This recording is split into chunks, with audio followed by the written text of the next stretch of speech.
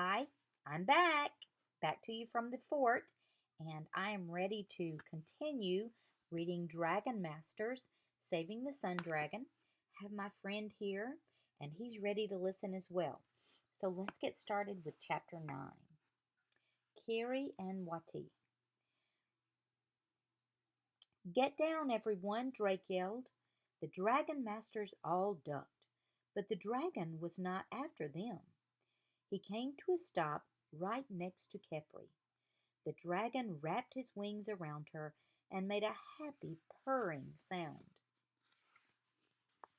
It looks like they know each other, Drake said, pointing to the two dragons. Wati was gently stroking Kepri's back with one of his wings. Her eyes were closed and her head was drooping. Wati had black scales and Kepri had white scales, but they had the same graceful bodies and yellow-tipped wings. They look a lot alike, said Bo. Yes, except that Kepri has light scales and Wati has dark scales, added Drake. Light and dark. Like the sun and the moon, Rory yelled.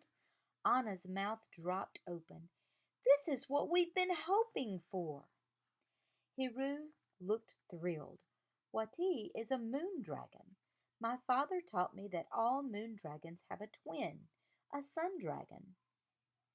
Wati must have known that Kepri would be in this pyramid tonight. That explains why he suddenly flew off earlier. I am glad that I followed him here. Drake was starting to figure it out. So Kepri must have known that Wati could heal her, he said, and she must have told Worm about her twin. That's how Worm knew to bring her here. Is Worm an earth dragon? Hiru asked. Drake nodded. They have amazing powers, said Hiru. Worm did the right thing when he brought Kepri here. Rory gave Drake a high five. Anna hugged Worm. Thank you, Worm. Then Bo looked nervously at Kepri and Wati. Look! Wati was standing up on his hind legs with his wings spread out wide. Everyone step back, quick! Harry yelled. They moved away just as Wati opened his mouth, and a ribbon of dark colors streamed out. It almost looks like a rainbow, Drake thought, except it's all blue and black and purple. Wati's rainbow ribbon grew and grew. It swirled around Kepri's body, and she stirred a little, but her eyes were still closed. Anna squeezed Drake's hand. The light from the blue and purple rainbow grew bigger and shone brighter. The dragon masters had to shield their eyes. Then whoosh! The light swirled all around them. Chapter 10. Robbers. The light began to fade, and Drake blinked. Everyone looked at Kepri. Her white scales looked shiny again, and her eyes were open and clear. She did not look sick any more, just a little tired. Kepri, Anna cried happily. She started to run to her when, bam! They heard the sound of wood breaking, loud voices coming from the tunnel that led to the hidden chamber. The robbers are coming, Anna yelled. We must get out of here. Rory balled her hands into fists.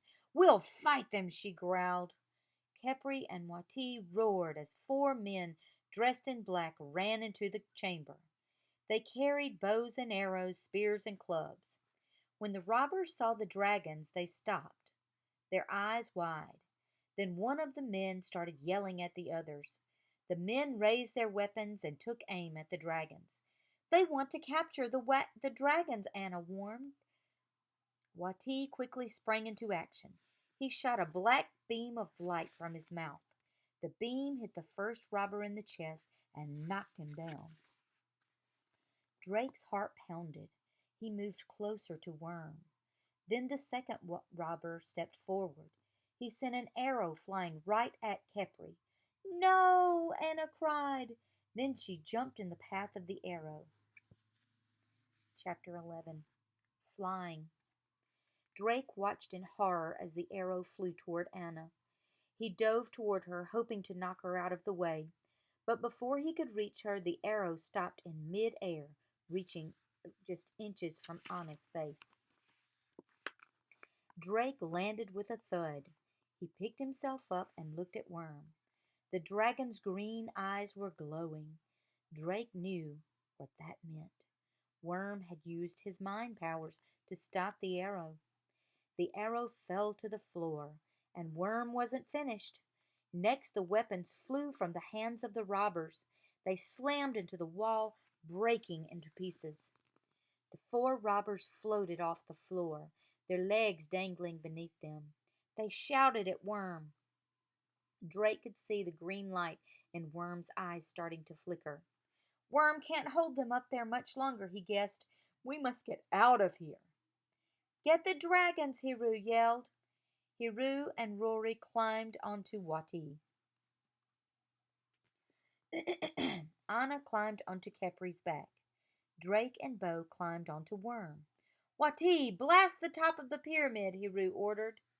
Wati aimed a black beam of light at the top of the chamber. A bright rainbow ribbon came from Kepri's mouth and joined it. The top of the pyramid opened up. Now we fly out, Hiru said. Go! Wati flew up and Kepri flew up behind him. Worm stayed on the ground. The light in his eyes kept flickering. The robber's feet were almost touching the floor now. Drake saw that Worm couldn't use his powers to do too many things at once. He knew his dragon couldn't fly like the other dragons, but Worm could take them somewhere else in a flash if he was strong enough.